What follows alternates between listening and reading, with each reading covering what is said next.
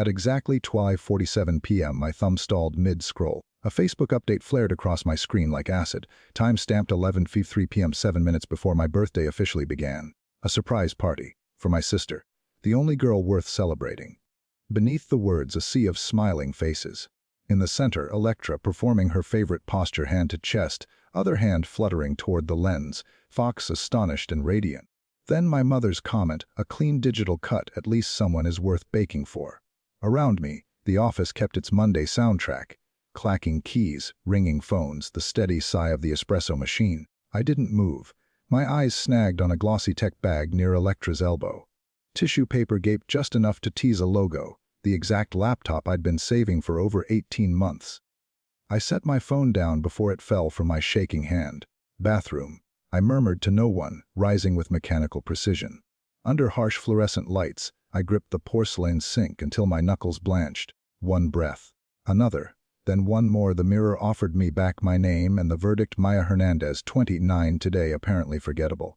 A single tear slipped free. I swiped it away, leaving a small smear of mascara. "You okay in there?" Sarah asked, knuckles soft against the door. "Fine," I called, steadier than I felt.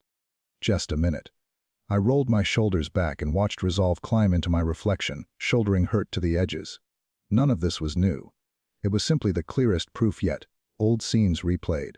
16-year-old me at the stove stirring spaghetti while an algebra book leaned against the sugar canister.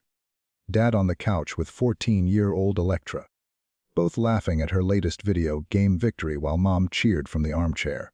"Dinner's ready," I called. 5 minutes, Dad said, eyes never leaving the screen.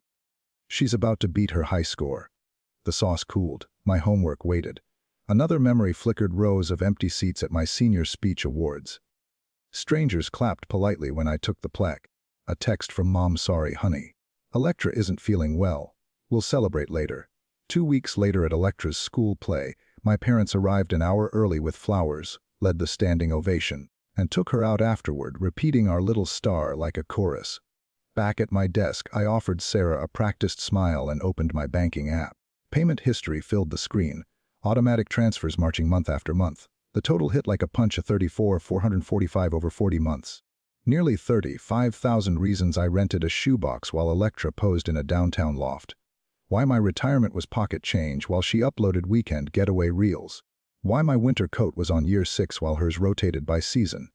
My gaze landed on the tiny orange bear keychain hanging from my monitor.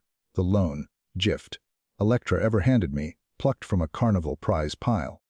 "The pink one's prettier," she'd said, hugging it to her chest. "You can have the ugly orange." "Tell her orange is ugly, Mom," she'd added. Mom nodded. I unhooked the bear. Years of anxious thumb rubbing had worn its fur to threadbare velvet. I'd treated it like a lucky charm, a sign that connection could still grow if I just tried harder. The printer hummed, someone laughed. Seattle's traffic hissed under gray skies, and a tectonic plate inside me finally shifted. "No more," I whispered, closing my fist around the bear. The words felt strange and exactly right, like slipping into a coat that finally fits. No more, no more. That night, bills covered my kitchen table until the apartment felt 2 sizes too small. Rent $638, power to 82, groceries $230. Double numbers for a product, operations salary until the 7th line. Owen Whitaker, $750 auto pay on the 1st, not my landlord, Electra's. A draft I'd carried for 38 straight months while she bounced through jobs that ended in the same tidy phrases: performance inconsistencies, excessive absences. My phone chimed with Dad's voicemail. Victor's voice dipped in syrup. "Maya, honey, need about 700 for a special plan this weekend. Nothing serious. Call me, not if I could help. When? Travel fund 178.43. Greece remained an open tab in a dream. Retirement 4th 2 embarrassing by any advisor's chart. The arithmetic carved itself into my brain. 705 to 3828,500. Add emergencies, car repairs, Dad's dental shortfall 3045 branded behind my eyes. I told myself not to open Instagram. I opened it anyway. There was Electra. Sunlight glancing off her sunglasses at Camelback Mountain, posted 3 days after the need rent early, power may be shut off text.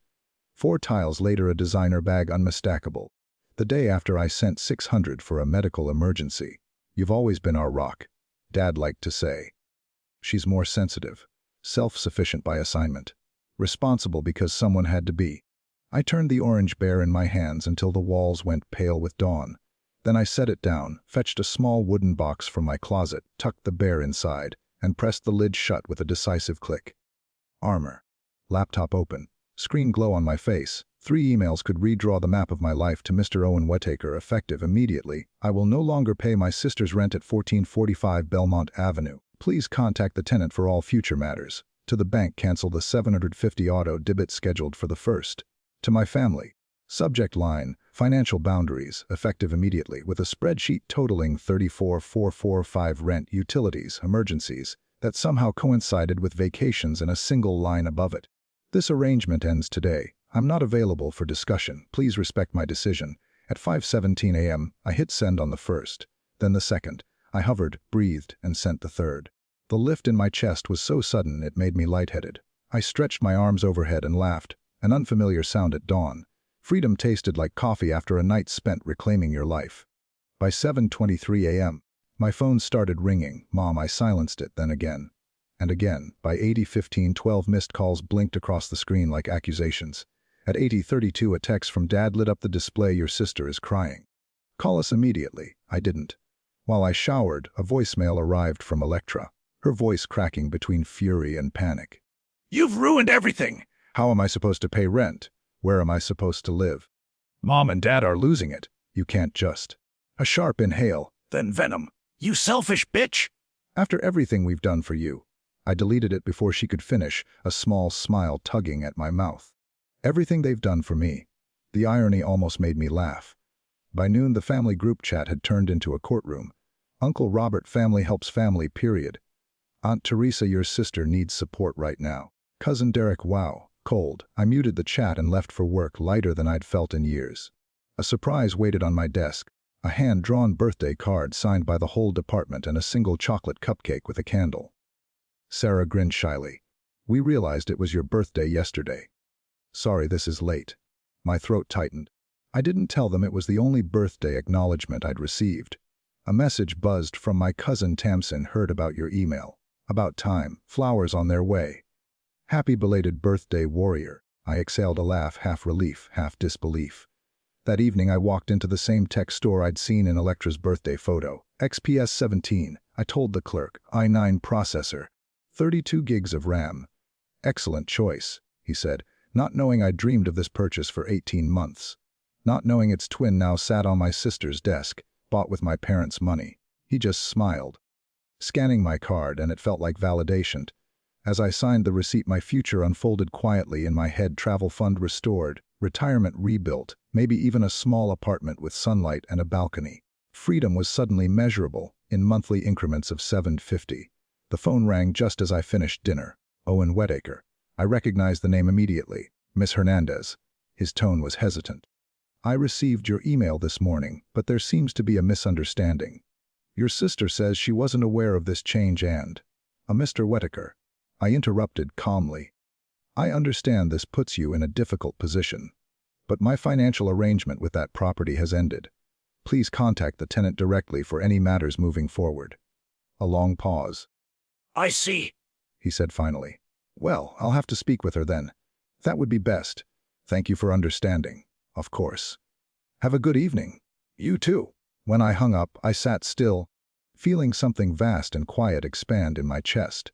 For 3 years, I'd paid another person's rent while my own ceiling cracked and my heater coughed dust. I'd returned home to peeling paint and an air conditioner that sounded like a dying lawnmower, all while she lived behind glass and marble downtown. No more. I leaned back on my couch, eyes closed. Notifications vibrated somewhere across the room, but they felt miles away. Tonight, none of it mattered. For once, I would sleep without carrying anyone else's panic. When I finally crawled into bed, exhaustion sank into every muscle, but my mind was blissfully still. Tomorrow might bring calls, guilt, or confrontation, but for the first time, I wasn't afraid. Whatever storm came, I'd built my own shelter, and its walls were made of self-respect. 2 days later, I accepted the promotion I'd been quietly working towards, senior operations lead, Boston Division. That same afternoon, at precisely 20:14 p.m., the building's security phone rang. I looked up to see Jules, the front desk guard, gesturing through the glass. "Ms. Hernandez," he said, voice low over the intercom. "There's a woman here insisting on seeing you. Says she's your mother." His brow furrowed. She seems upset. My stomach dipped. Through the glass I saw her, arms folded, foot tapping a furious rhythm against the polished floor, pearl earrings catching the light. "I'll be right there," I said, closing my laptop, every movement deliberate. "Everything okay?" Sarah asked from the next desk. "Family drama," I said, the words sour in my mouth. "Can you cover for me?" "Of course," she said softly. "Take your time." As I stepped through the lobby doors, Mom's perfume hit me first, floral and familiar, the scent of childhood and guilt. "Finally," she snapped. "We need to talk about this ridiculous email." Her voice carried across the lobby. The receptionists suddenly found their keyboards fascinating. "I'm at work," I said evenly. "What can talk after 5? She grabbed my arm just as the security guard half rose from his chair. I gave him a subtle shake of my head. "It's fine, Jules." Outside, Seattle's mist clung to my blazer. Mom's grip tightened. "Family doesn't abandon family," she hissed. "Do you know what you've done to your sister? She can't eat, she can't sleep. We'll discuss this after work." I cut in. "At my apartment, 6 o'clock. Bring Dad and Electra, it's not a request." Her eyes widened, unused to the firmness in my tone. "Fine," she said at last, blinking, recalibrating. As I turned back toward the door, she called after me. "This isn't who we raised you to be, Maya." I paused only long enough to answer. "No. It's who I've chosen to become." The rest of the afternoon dragged like wet sand. I spent every 15 minutes rearranging my apartment in my head. 3 chairs, 1 love seat, maybe the coffee table had to go. At 5:58 p.m. the doorbell rang. Early. Of course, they entered like a storm front, filling the space with too many voices and too little air. Dad stepped in first, broad-shouldered and quiet. Mom followed, scanning the room with a critic's precision. And behind them, Electra, eyes red-rimmed. Wrapped in a designer coat I recognized from the Instagram post she'd uploaded 2 days after claiming she couldn't afford rent. "Would anyone like water?" I asked, my tone polite but ironed flat. "Water," Electra echoed, voice cracking. "You ruin my life and offer me water." She sank into my love seat, the sobbing beginning on cue. Dad's arm went around her shoulders, the picture of parental pity. "Your sister is fragile, Maya," he said gently. "This situation, her job, has been difficult." I tilted my head. "Which job? The marketing role she lost in January, or the design one she was fired from in March?" Electra's sobs stuttered. Mom swooped in, her voice pitched high with urgency. "That's exactly why she needs our support. Until she stabilizes. 4 jobs in 2 years isn't instability, Mom," I said, walking to my desk. "It's a pattern." I powered on the small projector I'd borrowed from work. The light bathed my wall in a cold blue. "What are you doing?" Mom demanded. Providing context, click. The first slide appeared Webteam Creative, termination notice. Highlighted in yellow. Excessive absences. Final warning. Dad leaned forward frowning. "When knew about this, Buck?" Click screenshots from Electra's Phoenix trip. Posted 3 days after I sent 900 labeled emergency rent. Poolside cocktails, shopping bags, laughter. "That was." She began, but her voice faltered as I moved to the next slide. "Bank transfers 3445 over 40 months. My retirement account a thin, pale number. My student loans an opposite mountain." The room went silent except for the soft whir of the projector fan. Electra stared at the carpet. Mom's mouth was a flat white line. Dad's hands clasped between his knees, unmoving. "I'm not asking permission," I said finally. "I'm informing you. The payments are done." Electra's head jerked up. "But how am I supposed to?" "The same way other adults do," I interrupted. "Budget. Choose." Dad cleared his throat, breaking the stillness. "Maya, I didn't realize how much. I've accepted a promotion." I cut in. "Senior operations lead. Boston branch." "Boston," Electra whispered, her voice stripped of its practiced dramatics. "I leave in 4 weeks." Mom stepped closer, hand twitching like she might reach for me. "You can't just—" "I can," I said simply. 2 words, solid as brick. Dad's arm dropped from Electra's shoulder. He looked at the figures still glowing on my wall, then back at me. "I didn't know," he said again, softer this time. No defense, no denial. Just truth. The first real crack in years. The projector hummed on, filling the silence with its low mechanical breath.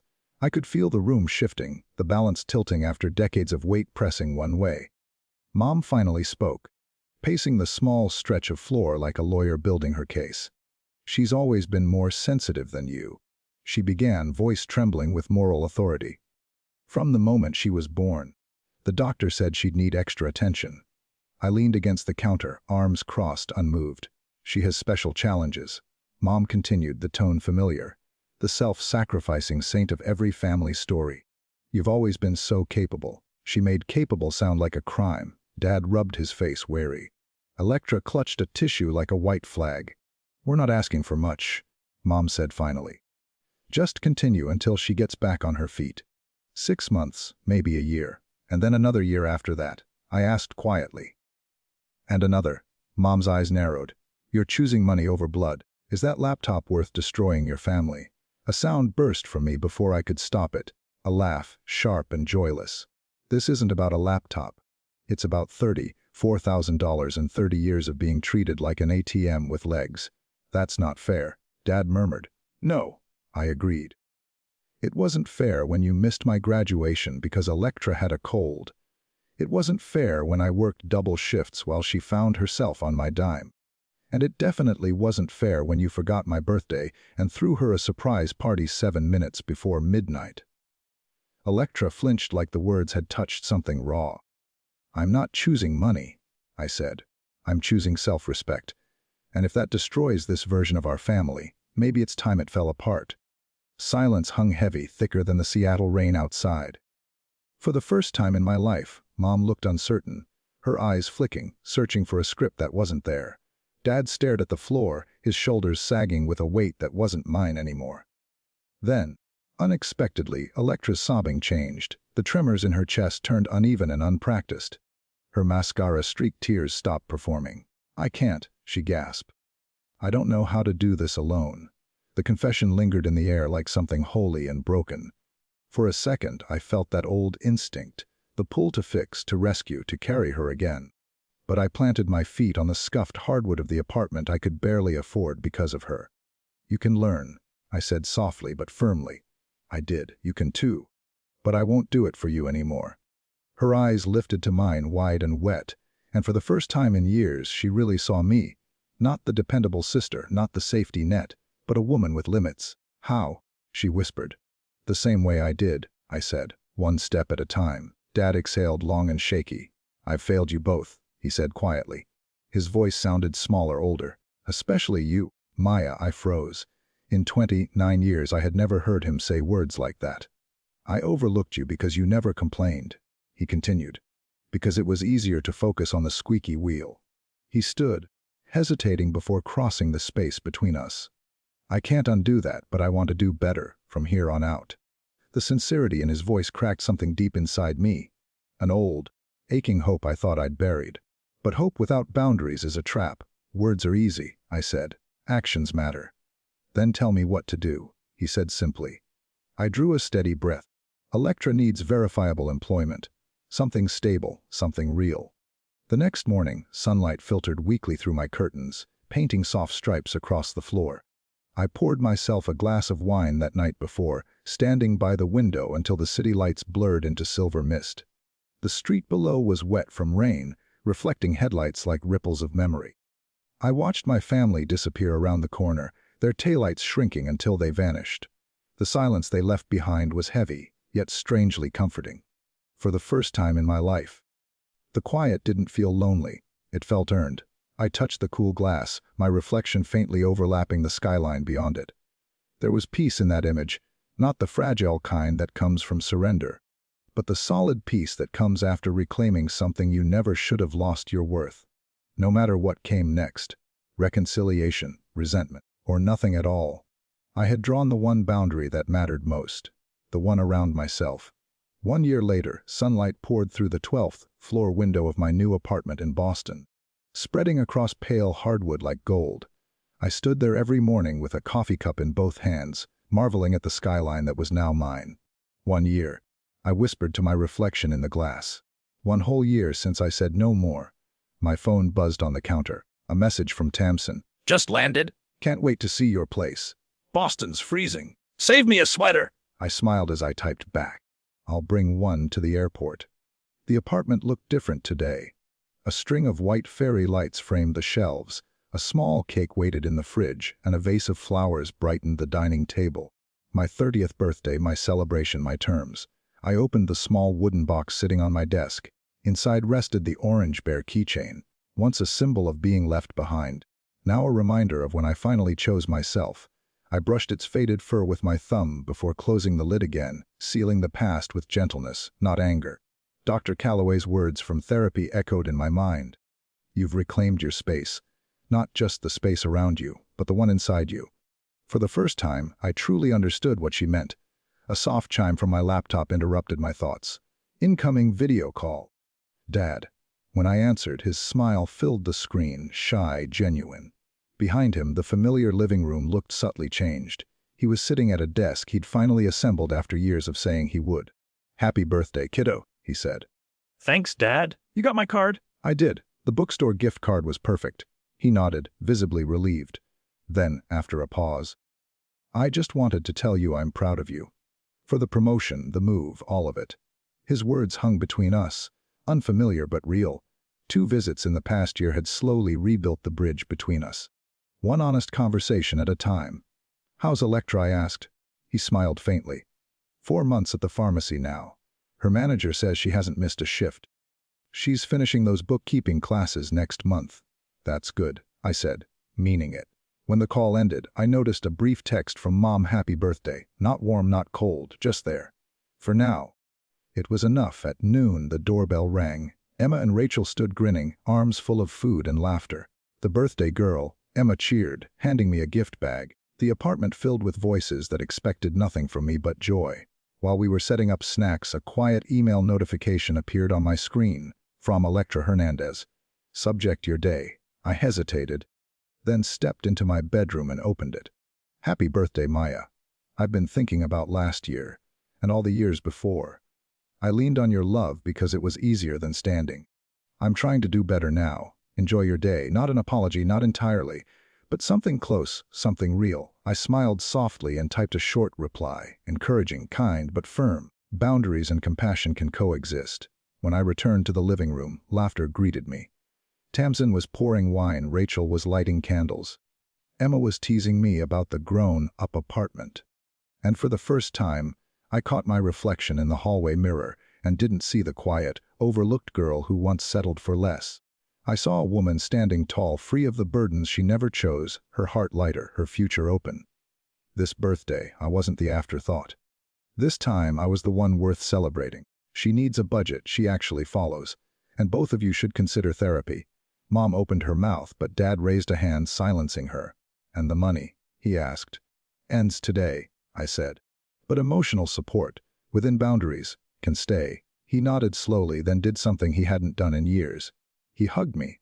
Not the stiff, polite gesture of habit, but something true, heavy with apology and love. When they left 20 minutes later, the apartment felt larger, lighter. From my window, I watched them walk to their car, Mom's rigid posture, Dad's cautious hand on Electra's shoulder, my sister's quiet face turned toward the ground. Maybe change would come, maybe not. But for once, it wasn't my responsibility to make it happen.